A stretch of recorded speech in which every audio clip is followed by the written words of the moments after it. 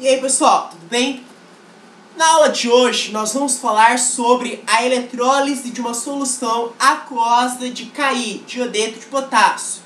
Só que antes disso eu gostaria de fazer uma reflexão, tá? Com a leitura de um texto aqui. É bem rápido, tá? Quem não quiser pula, tá? Eu vou ler aqui, olha só.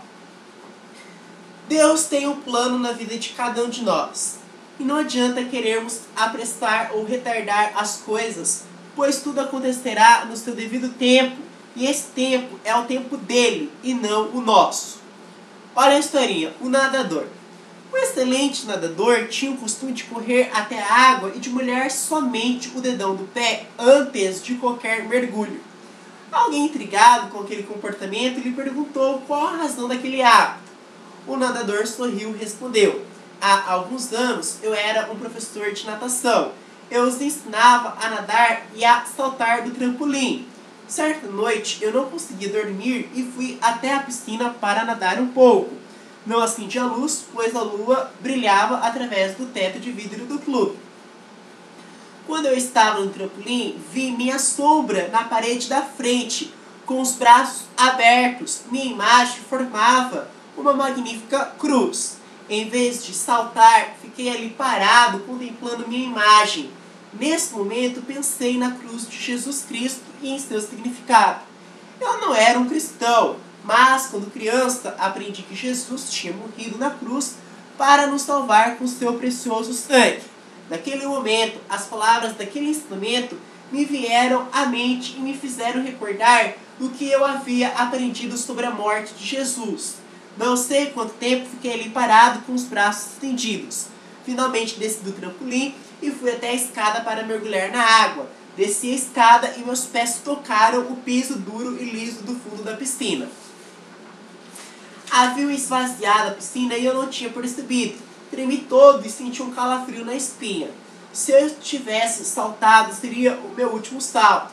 Naquela noite, a imagem da cruz na parede salvou a minha vida. Fiquei tão agradecido a Deus que ajoelhei na beira da piscina, confessei os meus pecados e entreguei a Ele. Consciente de que foi exatamente em uma cruz que Jesus morreu para me salvar, naquela noite fui salvo 2 vezes. E para nunca mais me esquecer, sempre que vou até a piscina, molho o dedão do pé antes de saltar na água, tá? Bom, a aula de hoje é sobre a eletrólise aquosa do Ki, que é o iodeto de potássio, tá? Quais são os íons presentes que nós temos? Bom, então nós vamos estudar quais são os íons presentes, tá? Os íons presentes. Bom, se eu for falar do Ki, quais são os íons presentes? Do Ki. 3 pontinhos. Do Ki. Quais são os íons presentes? Ora, as bolas, eu vou ter, né? Aqui do Ki eu vou ter, né? K+, né? E vou ter também o que? I-, não é? Esses são os íons presentes. Bom, se eu falar da água, eu estou só, né? Explanando quais são os íons presentes. Da água, bom, da água, H+ ou H-, né? Evidente isso. Tá, tudo bem, mas anota, H+, mais OH-. Muito bem. Bom, aí nós temos que lembrar daquela tabelinha. Vamos começar pelos cátions primeiro, né? K+ e H+. Quem vai ganhar? Metal alcalino, que é da família 1A, ou hidrogênio, H+. No caso, H+ ganha. Lembra, ele está no meio, ele está intermediário. O mais da família dos metais alcalinos está mais para a esquerda, então perde, né? Então eles têm maior dificuldade de sofrer a descarga. Então é claro que se eu for comparar os cátions, o H+ ganha, por estar numa posição intermediária, né? Ganha dos metais alcalinos terrosos e alumínio. E perde, por sua vez, para os demais, né? Zinco 2+, ferro 2+, cromo 3+, níquel 2+, cobre 2+, e prata mais, né? Ag+. Enfim, aquela tabela que vocês têm que memorizar, e para isso vocês têm que fazer a fichinha para vocês lembrarem, tá? Agora vamos para os ânions. Os ânions que eu tenho aqui dispostos são I- e OH-. Lembre-se sempre do que eu falei para vocês na aula passada. ânions oxigenados mais fluoreto, tá? Pelo fato de terem o oxigênio em sua constituição, né, no caso dos oxigenados, eles sempre, cuidado com essa palavra, que aqui eu posso dizer que eles sempre vão perder na eletrólise aquosa. Sempre, always, eles sempre perdem. Tanto os ânions oxigenados como o fluoreto perdem em uma eletrólise aquosa. Então, se eu tenho um ânion não oxigenado e um ânion oxigenado, é claro que ele vai perder, já que nós estamos estudando eletrólise aquosa. E isto só vai acontecer se nós estivermos trabalhando com eletrólise aquosa.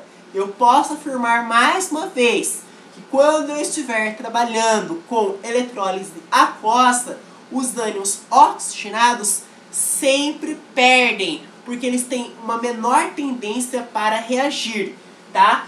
Então, é claro que o I- vai ganhar, aquele que não é oxigenado vai ganhar, tá? Bom, se eu tiver que fazer a dissociação, qual que é a diferença de dissociação para ionização?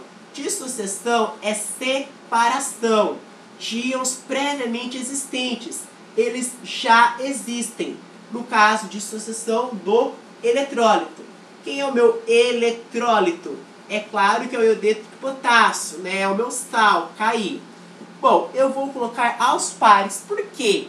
Porque como vai formar halogênio, toda vez que forma halogênio, ou seja, membro da família 7A, por exemplo, halogênio cloro, Cl2, flúor, né, F2, iodo, I2, como eles sempre é 2 embaixo, o índice, a atomicidade é 2, você coloca aos pares, que é uma forma de você balancear a reação, tá? Bom, como é o Ki, e o Ki apresenta em sua constituição o halogênio, eu vou pôr aos pares. Então, como que vai ficar? Eu vou formar 2K+, porque 2K+, para balancear. Se você tem 2 potássio, tem que ter 2K+ aqui. Mais o que? Você vai formar 2 I-, tá? Nesse caso, é a dissociação do eletrólito, tá? 2Ki. Vamos fazer a ionização da água. Por que a água é ionização e não é dissociação? Porque na água você vai formar os íons, eles não estão prontos. Você vai formar ainda. Não é separar, aqui é uma separação, é dissociação. Ionização não, ionização é formação, tá? Então se eu tiver a ionização da água, eu vou também colocar aos pares, tá? Eu vou colocar 2 águas aqui, ó, e aí eu vou ionizar. Vai formar 2H+, mais 2OH-. Vocês já vão entender por que eu estou colocando aos pares, para poder cortar depois, certo? Bom, qual é a semi-reação do cátodo? Vamos escrever a semi-reação, né? Não sei se tem hífen, do cátodo, Bom, eu tenho que pensar numa coisa. Cátodo atrai o quê? O cátodo, né, atrai cátion, né? Se é cátodo, atrai cátion. Se é ânodo, atrai ânion. Se o cátodo atrai o cátion e o cátion é positivo, quer dizer que o cátodo é necessariamente negativo, uma vez que ele está atraindo o positivo, certo? Então ele vai ser o quê? Ele vai ser negativo.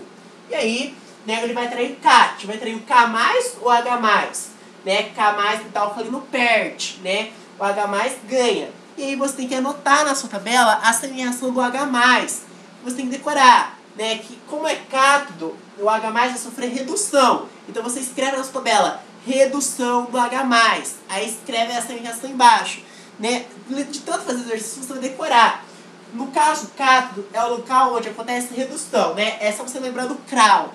Cátodo, redução. Ânodo, oxidação. Então, se é cátodo, vai acontecer a redução do meu cátion. Qual cátion que vai reduzir? É claro que é o H+. Só que ele vai reduzir aos pares, ó. 2H+, ele vai reduzir com 2 elétrons, né? E aí vai formar quem? Vai formar o meu gás hidrogênio H2.